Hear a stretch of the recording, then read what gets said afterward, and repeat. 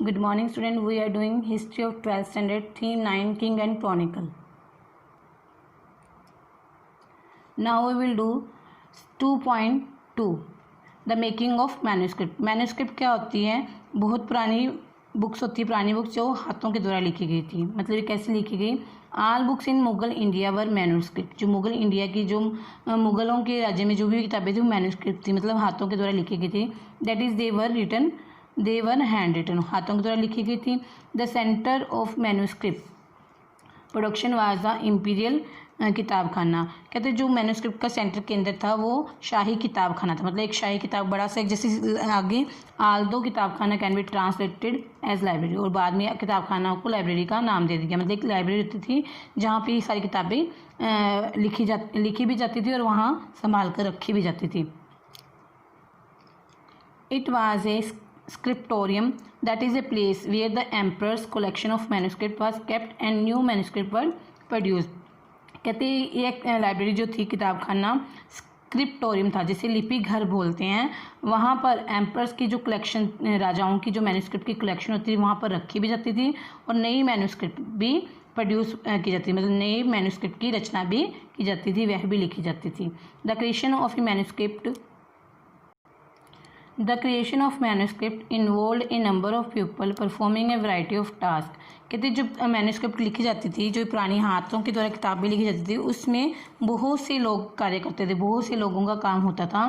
Paper maker who needed to prepare the folios of the manuscript. जो paper maker होता था वो manuscript के लिए पन्ने तैयार, फोलियोज मतलब पन्ने तैयार करता था। स्क्राइब्स और कैलीग्राफर, जो स्क्राइब्स मतलब लिखने वाला, कैलीग्राफर लिखने वाला, टू कॉपी द टेक्स्ट को जो मतलब होता था, राजा लोग बोल के लिखवाते थे तो उसको कॉपी करते थे वहाँ पर।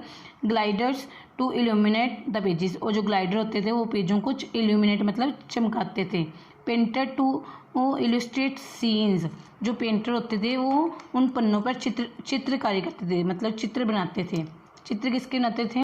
फ्रॉम द टेक्स्ट, मतलब टेक्स्ट के लिए वो चित्र बनाते थे। जैसे कि ये सीरीज, इस तरह के वो चित्र बनाते थे पेंटर जो थे। Book binder to gather the individual folios and set them within ornamental cover, और जो बुक बाइंडर होता था, जो जिल्द चढ़ाता था किताबों पे उनकी, वो सारे पन्नों को इकट्ठा करता और उनको एक ऑर्नामेंटल कवर देता, मतलब एक अच्छा सुंदर सा कवर देता। The finished manuscript was seen as a precious object, और जो फिनिश मैन्यूस्क्रिप्ट फिनिश होते सारा काम उसका पूरा था, वो एक बहुत कीमती चीज़ बन जाती थी।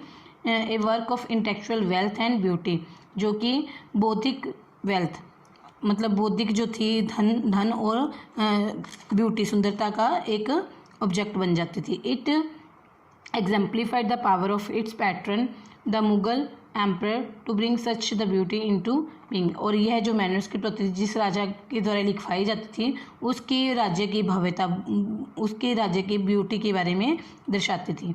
At the same time some of the people involve in the actual production of the manuscript also got recognition in the form of title and award, और जो लोग इस प्रोजेक्ट में काम करते थे, मैन्यूस्क्रिप्ट को लिखने में की रचना में काम करते थे, उनको वो अच्छे ऊंचे टाइटल और अवार्ड्स भी दिए जाते थे। Of these calligraphers and painters held a high social standing, while other such as paper maker and bookbinder have remained anonymous artisan।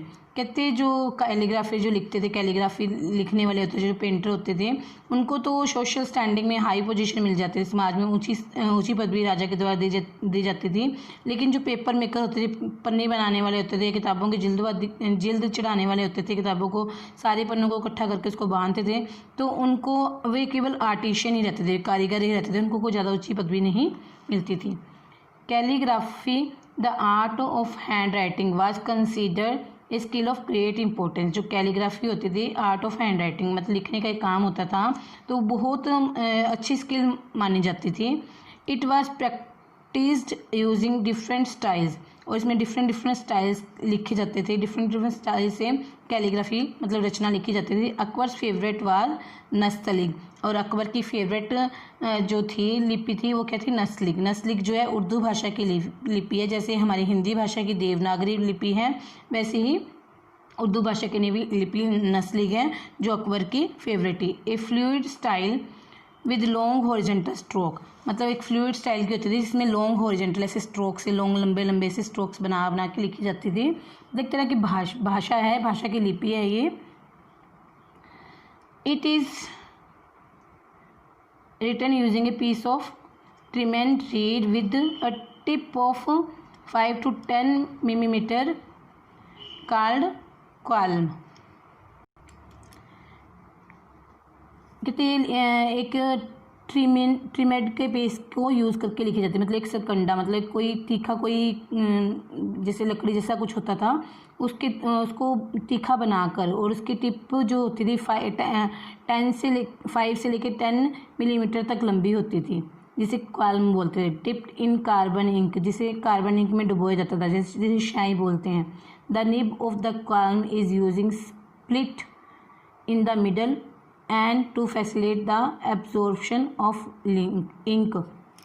जो फिर कलम बन जाती थी, उसको बीच में से, उसकी जो टिप होती थी उसको बीच में थोड़ा सा मतलब काटा जाता था ताकि वो इंक को अपने अंदर एब्जॉर्ब कर सके और उससे अच्छी तरह से यह लिखा जा सके। Now see this picture, a folio of Nastaliq भाषा का एक पन्ना है ये। The work of Mohammad Hussain of Kashmir, one of the finest calligraphy of Akbar court. ये मोहम्मद हसन द्वारा लिखी गई है, जो अकबर के कोर्ट का एक फाइनेस्ट कैलीग्राफर था, मतलब बहुत अच्छा लिखने वाला था। Who was honoured with the title Zareen कलम, मतलब गोल्डन पेन, उसको टाइटल मिला गया।